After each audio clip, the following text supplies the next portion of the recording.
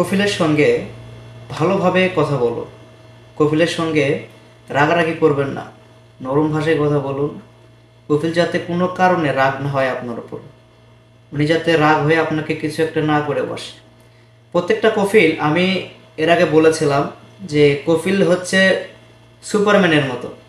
প্রত্যেকটা কফিল এরকম, কেননা আপনি তার লোক, তার আইডি দিয়ে, তার যেই পতাকাটা রয়েছে সৌদি আরবের, যে নাগরিকের যেই নাম্বারটা রয়েছে তার, সেটা দিয়ে সে আপনাকে নিয়েছে। এখন আপনি তার লোক হয়ে কাজ করতেছেন, এখন তার সাথে যদি আপনি ভালোভাবে কথা না বলেন, যদি রাগারাগি করে কথা বলেন, নিজের মতো করে কথা বলেন, সেক্ষেত্রে এটা হবে না।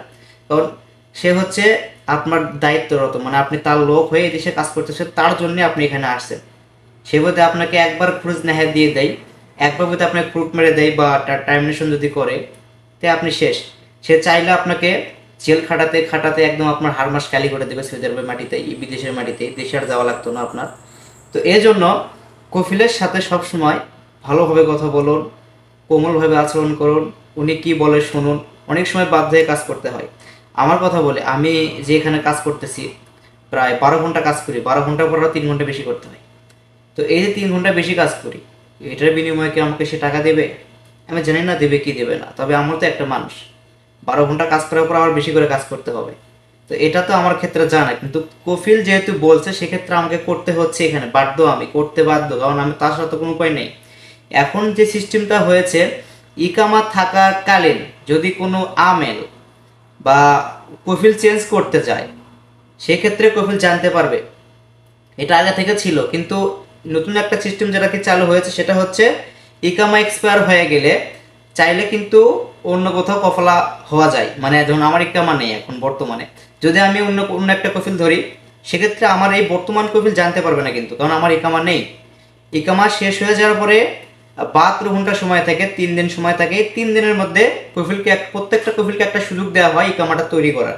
যদি ইকামা তৈরি না করে, সেক্ষেত্রে যদি তার আমেলটা যদি অন্য কোথাও তলব দেয় কফলা হওয়ার জন্য অন্য কফিলের কাছে, তাহলে সেই তলবটা আগে যাবে যাওয়া বাতে যাওয়ার পরে দেখবে যে এর ইকামাটা নেই, হয়তো বাধ্য হয়ে এই আমেলটা অন্য কফিল ধরতেছে। সেজন্য এই এসএমএসটা বা একটা যে মেসেজ কফিলকে পাঠানো হবে, বর্তমান যে কফিল রয়েছে তার কাছে সেই মেসেজটা যাবে না, যার কারণে আপনি সহজেই নাকাল বা কফলা হতে পারবেন।